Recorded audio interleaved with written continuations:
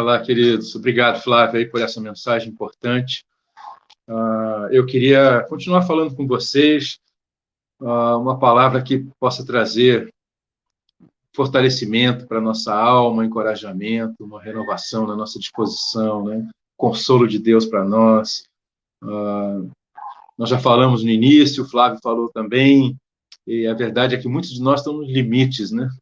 Das suas forças, emocionalmente, né, em frangalhos, muitos estão muito abatidos, outros estão com ansiedade a mil. E, como falei no início, essa pandemia parece que já deu, né? Já chegou no limite. Mas nós não sabemos como vai ser daqui para frente, quanto tempo ainda nós vamos ter essas dificuldades na nossa vida, né? Quanto sofrimento ainda vamos passar. Mas a verdade, queridos, é que a Bíblia fala que nós sofremos por três fontes. E eu gostaria de ver isso com vocês num texto que eu tenho certeza vai trazer um alento para a sua alma, vai trazer um fortalecimento na sua fé, vai trazer esperança, vai trazer consolo para você nesse momento difícil, né? E vai trazer paz para o seu coração, né? Para você poder, de novo, descansar no Senhor. Eu queria, então, convidar você a abrir sua Bíblia no Evangelho segundo Lucas. Evangelho segundo Lucas, terceiro livro na ordem do Novo Testamento, né? Lucas capítulo 22. Lucas capítulo 22. Abra sua Bíblia em Lucas capítulo 22. E nós vamos ler dos versos 31 a 34. É um texto conhecido de muitos de vocês, de muitos de nós, e provavelmente já refletimos nele muitas vezes, mas ele sempre tem uma verdade nova para trazer, e especialmente nesse momento que nós estamos vivendo, ele tem muito a nos dizer. Então, eu quero dizer em breves palavras, uma reflexão pequena, nós vemos a profundidade do que o Senhor Jesus tem para nos dizer hoje, em relação a esse texto, que foi um episódio que ele teve com seus discípulos, né? Então, Lucas 22, versículos 31 a 34, diz assim a palavra de Deus: Simão, Simão, Jesus falando, né, para Pedro, né? É interessante que Jesus, quando queria descascar em cima de Pedro, ele chamava ele de Simão, né, e não de Pedro. Quando ele queria ser doce, ele chamava ele de Pedro, né? É muito interessante isso. Mas ele diz assim: Simão, Simão, Satanás pediu vocês para peneirá-los como trigo. Mas eu orei por você, para que a sua fé não desfaleça. E quando você se converter, fortaleça os seus irmãos. Mas ele, Simão Pedro, respondeu: Estou pronto para ir contigo para a prisão e para a morte. Respondeu Jesus: Eu lhe digo, Pedro, que antes que o galo cante, hoje, 3 vezes você negará que me conhece. Vamos orar, queridos. Deus e Pai, amado, te louvamos por teu amor, por tua graça que está sobre nós, por Cristo Jesus, pelo seu perdão, pelo teu Espírito Santo que nos assiste, que habita em nós. Te louvamos por teu amor, por essa palavra preservada para os nossos dias, que traz tanto ensinamento, tanto encorajamento, tanta força, tanta graça para as nossas vidas. Que o teu Espírito Santo nos ilumine e que nós possamos ter essa palavra escrita em nossos corações, em corações convertidos a ti, transformados pelo teu Espírito, para que nós possamos permanecer firmes no teu amor, na tua graça, na tua fé, no teu caminho. Te louvamos e te agradecemos em Cristo Jesus. Amém. Amém, queridos. Essa é uma palavra muito especial, né? É um momento derradeiro, os últimos momentos de Jesus com seus discípulos. E ele se dirige particularmente a Pedro, né? Mas muita gente acha que esse processo, né, da peneira que Jesus se refere aqui, que Satanás pede a Deus para poder peneirar os discípulos, né, que se refere apenas a Pedro, mas na verdade não. Jesus diz assim, olha, peneirá-los como trigo. Ele fala pessoalmente a Pedro, mas ele se refere a todos os discípulos. Ele cita os seus irmãos, né? E os irmãos de Pedro eram todos aqueles que seguiam Jesus juntamente com Pedro, homens e mulheres, né? Então, ele diz assim, Simão, Simão, Satanás pediu vocês para peneirá-los como trigo. Queridos, eu falei para vocês que nós temos 3 fontes de sofrimento neste mundo, segundo as Escrituras, segundo a palavra do nosso Senhor. Né? A carne, o mundo e o diabo, ou Satanás, como Jesus chama aqui. A carne, o mundo e o diabo. A carne é motivo de sofrimento porque a carne se refere ao nosso estado de pecado, de pecaminosidade, ao nosso estado, à nossa inclinação natural para sermos rebeldes contra Deus, para descrermos de Deus e nós mesmos reinarmos em nossa própria vida, nós seguirmos egocentricamente os nossos próprios pensamentos e desejos, deixando Deus de lado dessa história. Nós temos essa inclinação desde a queda, todo ser humano tem. E por isso nós ofendemos tanto a Deus e pecamos e caímos tantas vezes e machucamos tantas pessoas e ferimos a nós mesmos. Porque nós temos essa inclinação. Essa inclinação é o que a Bíblia chama, no singular, o pecado.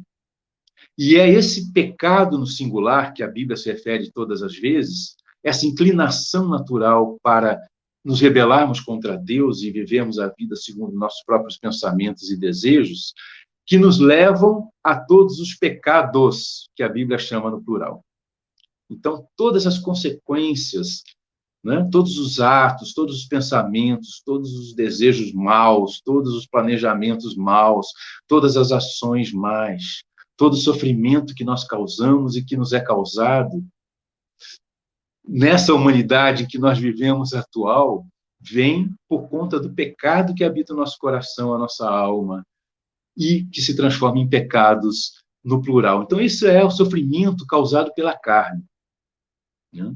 E as pessoas se magoam e se ferem, né? E se ofendem, e se agridem, e se matam, e se torturam. Né?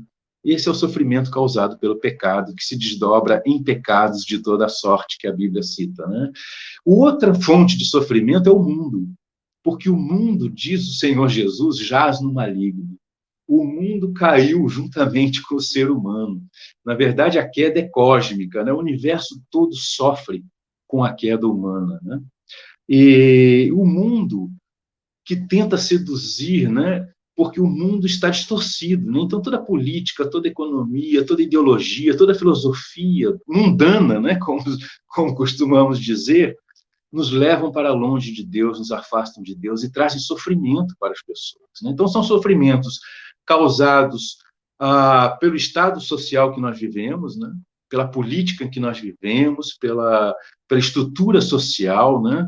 Que nós vivemos, a rede social em que nós estamos inseridos, e pelas causas naturais de um cosmos, de uma natureza que também sofre as consequências do pecado humano. Então, daí vem o sofrimento natural das pessoas, sobre o qual nós não temos controle, pode advir de todas as fontes do mundo. Né? E a terceira causa de sofrimento é o que Jesus cita aqui, Satanás.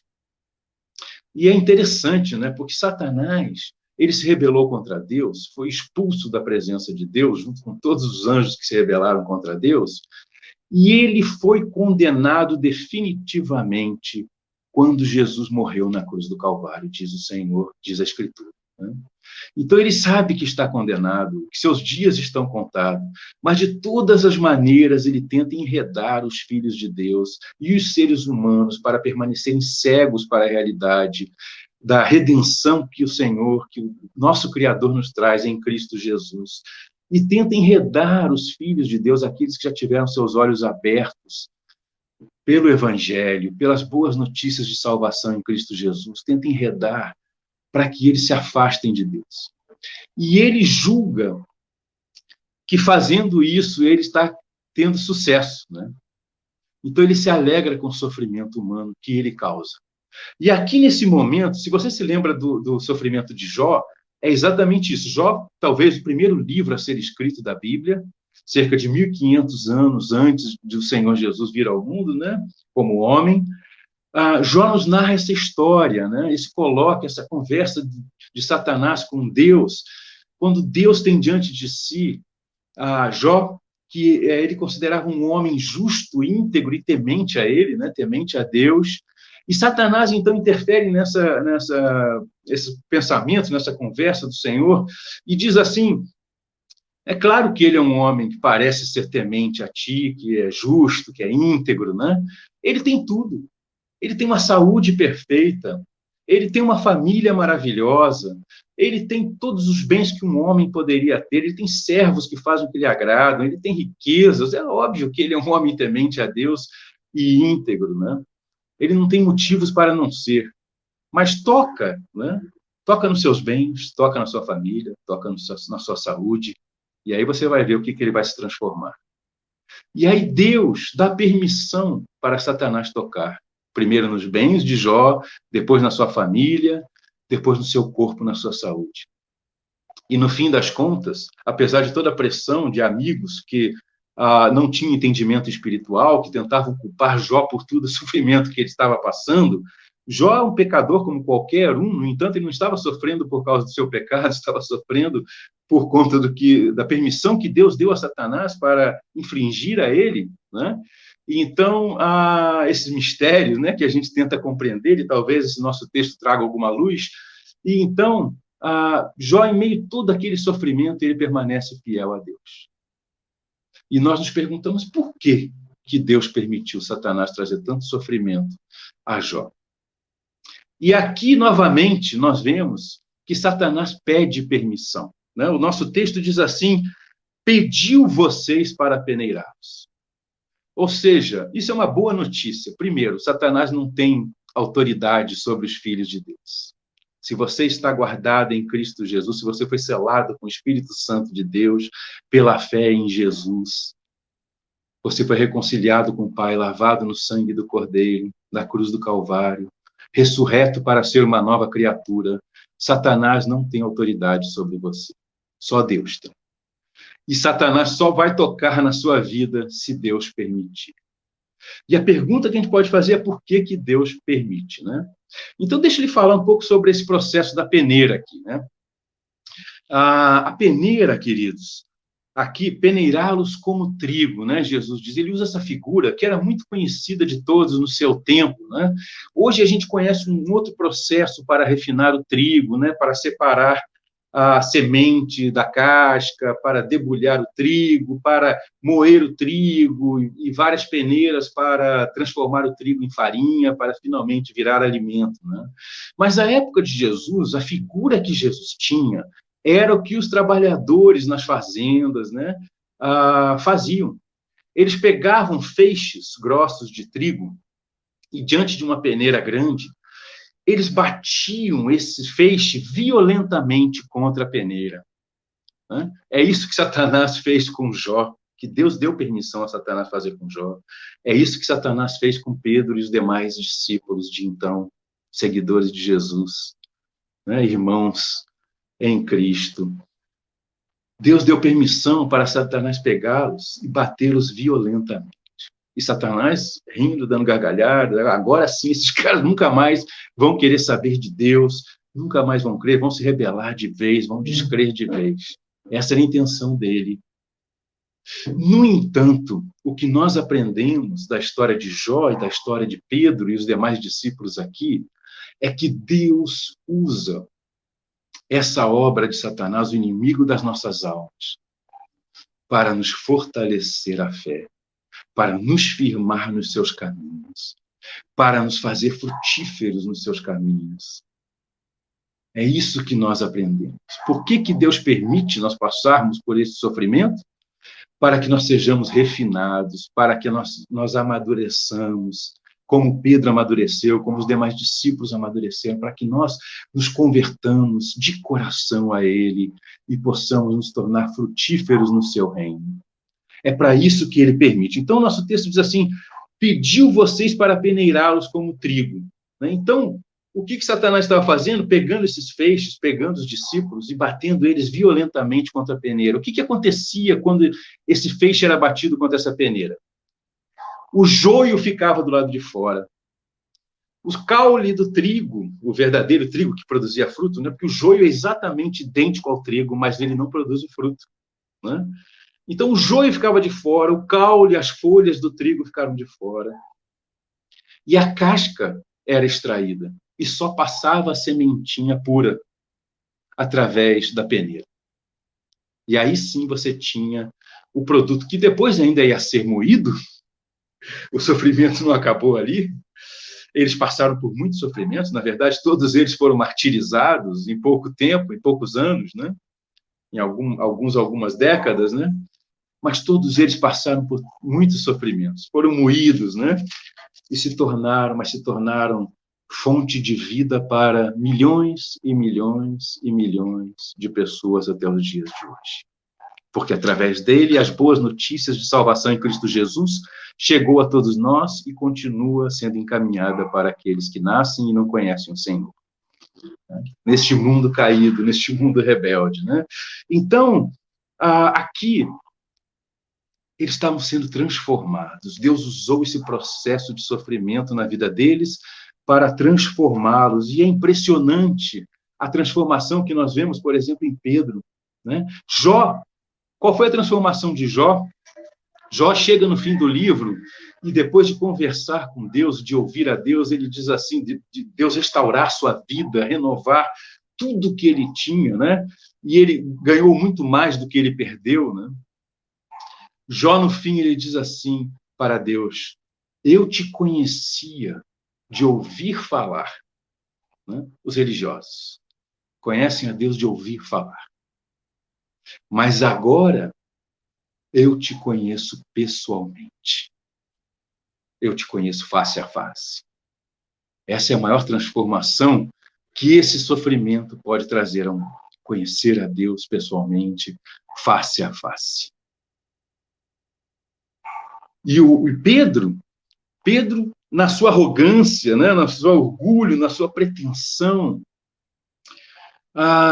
ele diz assim: eu estou pronto para ir contigo à prisão, para a morte, né? E aí Jesus diz assim: não, Pedro, essa mesma noite o galo vai cantar 3 vezes e você vai me negar 3 vezes. E foi o que aconteceu. Tem esse princípio espiritual por toda a Escritura, né, que Jesus repete várias vezes, os apóstolos repetem várias vezes, os profetas repetem várias vezes, tanto no Antigo quanto no Novo Testamento, um princípio espiritual geral que ocorre a todo ser humano. Aquele que se exalta será humilhado. O soberbo vai cair do cavalo, vai ser derrubado. Esse é um princípio espiritual geral que ocorre com todos, né? O arrogante, o soberbo, o orgulhoso vai conhecer o pó. Né? E aqui aconteceu a Pedro, e ele então negou Jesus 3 vezes e fugiu acovardado junto com os outros discípulos. E aí o que acontece? Jesus, no seu amor tremendo, na sua graça, como nós lemos aqui no início, o sumo sacerdote que se compadece das nossas fraquezas, ele vai a Pedro e aos demais discípulos no fim, e nós lemos lá em João 21, que ele pergunta a Pedro 3 vezes, Pedro negou 3 vezes, ele pergunta a Pedro 3 vezes, Pedro, você me ama? E aí nós vemos a transformação de Pedro, como Pedro foi peneirado, como ele saiu um grão puro do outro lado, cheio de frutos, né? Pronto para fortalecer seus irmãos. Porque lá no fim, Jesus pergunta para Pedro, Pedro, você me ama? Né? Pedro, você tem ágape por mim? O amor incondicional de Deus, esse amor maravilhoso de Jesus por nós, esse amor perfeito. Você tem ágape por mim? E Pedro responde, Senhor, tu sabes que eu tenho filéu por ti. Você sabe que eu gosto de você, que eu tenho afeto por você. Pedro, antes da peneira, ele provavelmente diria, como muitos cânticos gospels nós temos por aí, né? Ah, Senhor, eu te amo tanto, o Senhor não sabe quanto eu te amo, sou capaz de tudo por ti, né? Cheio de orgulho, arrogância, prepotência. Pedro, do outro lado da peneira, ele é outro homem. Jesus chega cheio de amor para ele e ele é incapaz de levantar a cabeça, porque o texto diz que ele curva a cabeça. E ele então diz assim: Senhor, não, o Senhor sabe que eu não tenho esse amor por ti. O Senhor sabe que eu gosto de ti. Mas esse amor eu não tenho, que o Senhor tem por mim, esse amor maravilhoso, esse amor incrível, esse amor perfeito, esse amor que o Senhor nos ordena amar a Deus acima de todas as coisas, te amar acima de todas as coisas, o Senhor sabe que eu não tenho, eu sou imperfeito, eu sou fraco, eu sou pequeno. Então Pedro é outro homem, né? Essa humildade. E aí ele diz, Jesus novamente pergunta: Pedro, tu me amas? E ele novamente responde: Senhor sabe que eu tenho filéus por ti, eu gosto de ti, tenho afeto por ti. E a terceira vez que Jesus pergunta: Pedro, tu me amas?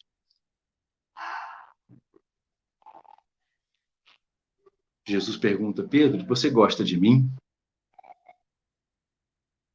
Então Jesus sabe que está diante de um homem mudado, né? Transformado. E ele condesce com Pedro na sua humildade, né? Pedro chora, e aí ele responde: Senhor, o Senhor sabe que eu gosto de ti. E então Pedro era esse homem, aí Jesus diz para ele assim, ele estava pronto, quebrantado, humilde diante de Deus, transformado através daquela peneira, da humilhação que ele sofreu, do sofrimento que ele passou, da fraqueza, do tropeço que ele passou, né? E Jesus se compadeceu em todo o seu amor imenso por ele. E aí Jesus diz para ele assim: Pedro, agora apacenta as minhas ovelhas, pastoreia os meus cordeiros. Você está pronto. Como ele diz aqui: eu orei por ti. Eu quero, meu irmão, minha irmã, que você saiba disso. Se você está passando por alguma peneira, se você está sendo peneirado, está passando por um sofrimento complicado, difícil, atroz, você não vê luz no fim do túnel, saiba que Jesus já intercedeu por você diante do Pai. Jesus, nesse seu amor infindo, maravilhoso, no seu ágape, já orou por você, para que a sua fé não desfaleça, para que você permaneça firme na fé, firme na rocha, que é Ele mesmo, e na sua palavra, para que você permaneça confiante no seu amor, confiando no seu trono de graça, de misericórdia, de compaixão. Jesus não orou por Pedro e pelos discípulos e por nós para que a gente não passasse pela peneira. Veja bem, não orou. Ele sabia que eles precisavam passar por isso.